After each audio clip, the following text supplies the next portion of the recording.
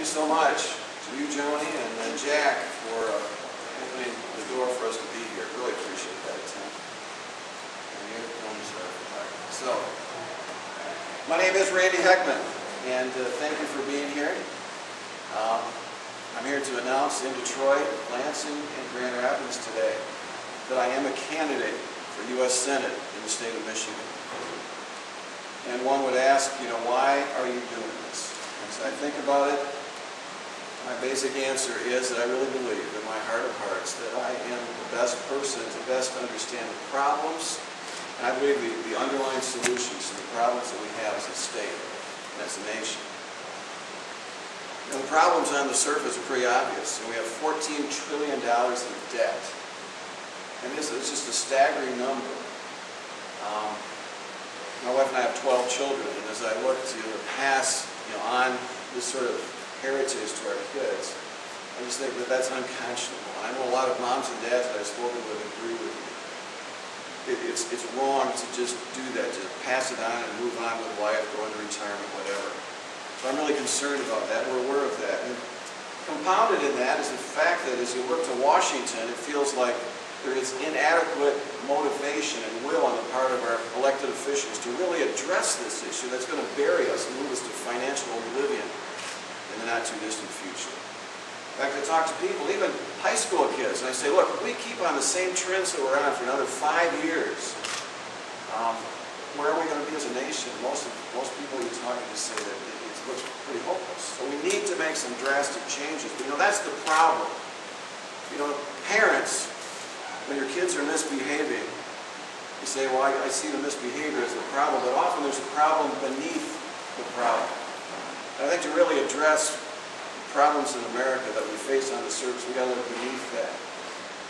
And when I start looking beneath this problem, this economic crisis that's coming our way, I think of this guy named William Wilberforce, who 200 years ago was a member of Parliament in England.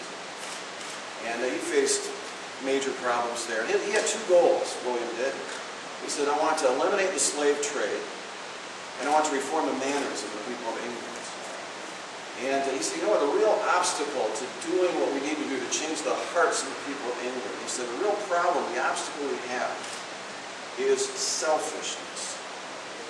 Me living for me. You living for you. And as I look at America, the problem underneath the problem is the same thing that Wilberforce faced. It's self-centeredness. It's me wanting my way, my way, my way. Now we expect this in kids. But as people mature, you expect people to grow up. And you expect people to begin to be selfless and be willing to give, to live for that outside of themselves, to live for God, to live for country, to live for family, to live for others. But we're not seeing that. In fact, in our country, as you look at our country, we're seeing Wall Street. In fact, I'm led to believe that a large part of our economic difficulties flow from greed on Wall Street in the business community. So they're not exempt. In Washington, D.C., our elected officials, what do they want? They want to get reelected. So they're willing to give earmarks and other things to keep their voters happy. Again, it's a self-interest. But we can see it on Main Street. I can see it in me. The desire to say, look, I just as soon not have to work and people pay me for doing it. Well, that's self-centeredness. And Wilberforce said, we got to change that. He used the term public spirit. We could call selflessness. We need to be willing to give and sacrifice. In fact, you can ask the question, where would our nation be if we didn't have people that were willing to sacrifice for us so that we can actually be here in freedom today? 1776, a bunch of farmers. They had a lot better things to do than pick up a musket and go chase redcoats around.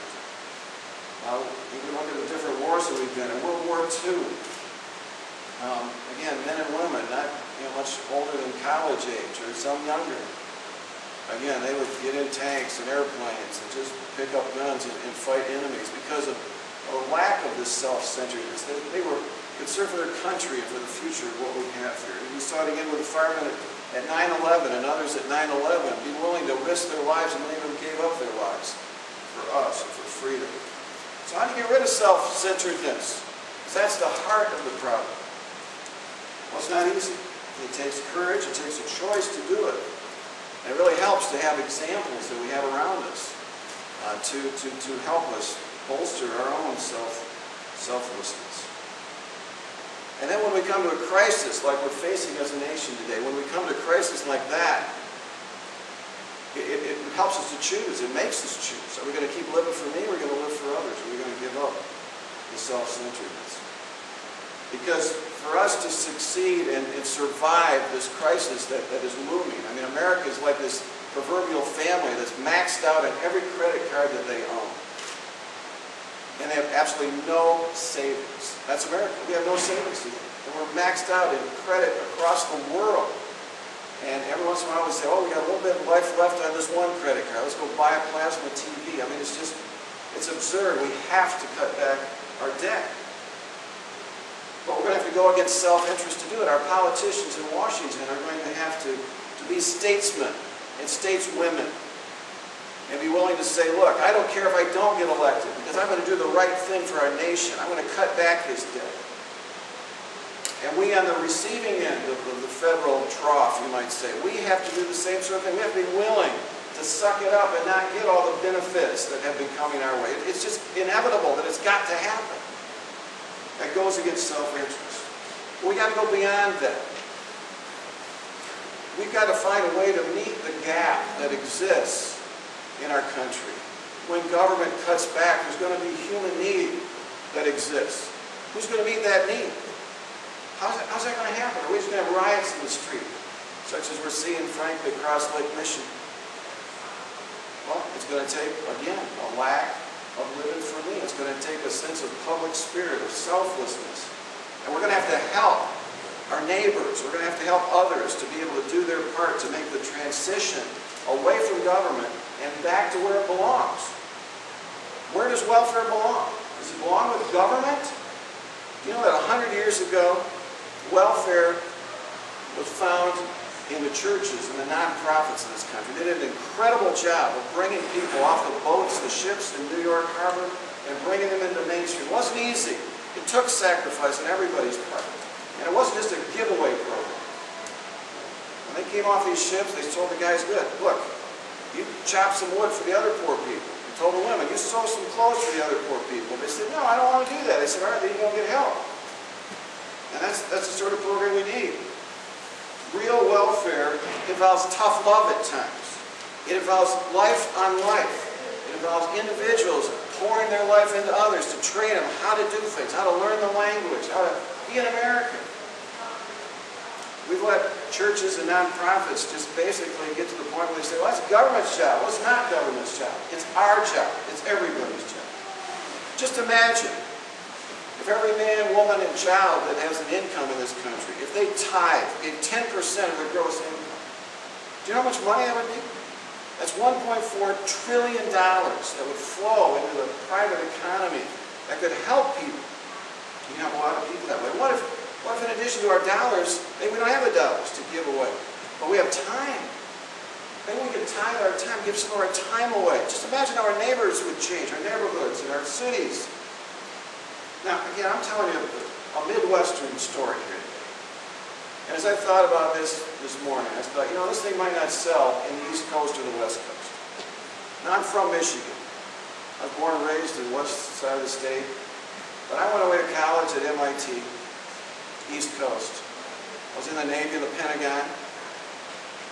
And then I was in law school at the same time. I went to night law school. I worked full-time in the Pentagon. And then my wife, Marcia, and our new baby came back to Grand Rapids and to Michigan after law school. So I know the East Coast a bit. And coming back to Grand Rapids, I was a prosecuting attorney, assistant prosecutor, and then I ran for judge and was elected. And was a family juvenile court judge for 15 years in the Grand Rapids area. And I've run some nonprofits and so on. As I say, being on the East Coast before, I just don't know if this message would seem naive, what I'm talking about today, to perhaps people on the coast. I don't know. But I know Michigan.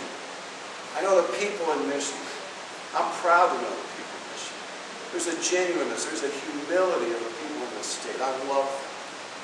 I've gotten to know them. I look forward to getting to know many more. And I believe that here in Michigan, we have it in us, the ability to reach down and truly become selfless and live for others.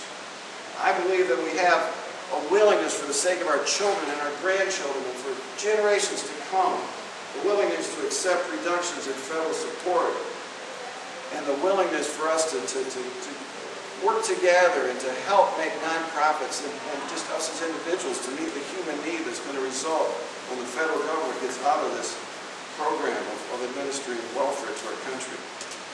And I really believe that this message that I'm beginning to say here in Detroit, that this message will resonate with the good people of our state, and that you, people of Michigan, will send me to Washington as your U.S. Senator.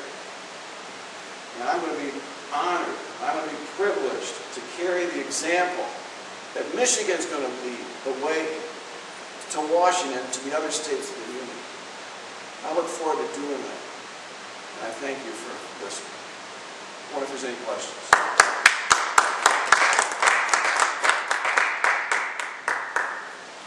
Sir. There's a lot of people who are talking about getting into the race on the Republican side. Right. How would you say you're going to differentiate yourself, let's say, from a Pete Hoekstra or a Terry Lynn Land and the people that are talking about getting in the race? Right. Again, there's talk, and we don't know whether they're going to get in the race or not. But as far as differentiation as to who I am, I think I bring an interesting background. Again, I served in the bureaucracy in Washington as a Navy officer in the Pentagon. I've also served our state, our local county, in the criminal justice system. But beyond that, I've also been to some nonprofits. And right now, I'm an executive pastor of a church, a local, non-denominational church. Because my sense is, and we have some great programs at our church, that they're called Real-Time Crossroads is the name of the program, that makes sure that there's nobody in our church that goes with need. We address that. I mean, that's just a microcosm of what we need to see. So I understand how nonprofits work. I understand how government works. It's going to have to be an interesting combination of those two. But I think I bring that. So not just to talk about reducing budgets. We're all going to talk about that. Because it's inevitable. It's got to happen. But what are we going to do to fill that human need that exists?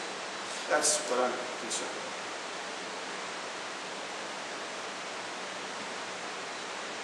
Jack, do you have a question? I admire you at your age to be, I say this in a positive way, idealistic. And Christ-centered.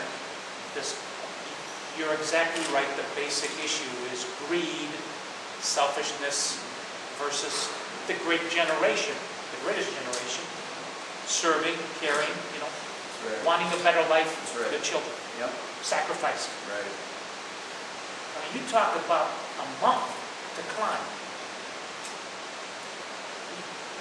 You want to be elected and go to Washington and fight that millions of people, not just the elected officials, but all the government workers and the lobbyists, okay, who don't want anything to change. That's right. How would you fight that? All right. Again, the easy part is winning the Senate race. I'm with you. A number of things I could say, but one is, what's the alternative? I want to be able to look at my 12 kids and 19 grandkids in the eye and say, I did my best. Okay, that's one thing. And I know the power of prayer. And I think people are going to be praying for our country like they've done it at other crisis times in our country. I mean, I've seen, I was in Washington just a few weeks ago, and I was just overwhelmed with the immensity of it. And as you said, it's pervasive, the pressure to continue the status quo. It's there. But good ideas can change a culture. Good ideas can change hearts. And my hope is that this idea, there's truth in what we're saying. And my hope and my prayer is that truly that this will just start a little bit of a groundswell. That we got a year and a half to go. I'm going to be able to speak to tens of thousands of people with this message. And it's my hope that will change hearts between now and then. And even what we do here in Michigan will begin to reverberate throughout the whole country, even before the election. So I hope that there'll be a preparation. I mean, I have to hope in that. And I have to believe in that because I know people. I know people can change because I've changed. I wouldn't be doing this if I didn't have this sense that we do have hope and we can make change. So we got to do it, and we got to do it together. I can't do it alone. We have to be together in this thing. It's going to take virtually everybody in Michigan to have this sense of what can I do. It just happens that, well, what can I do for me is maybe a little bit more time consuming. But I think we all got to be involved in this thing.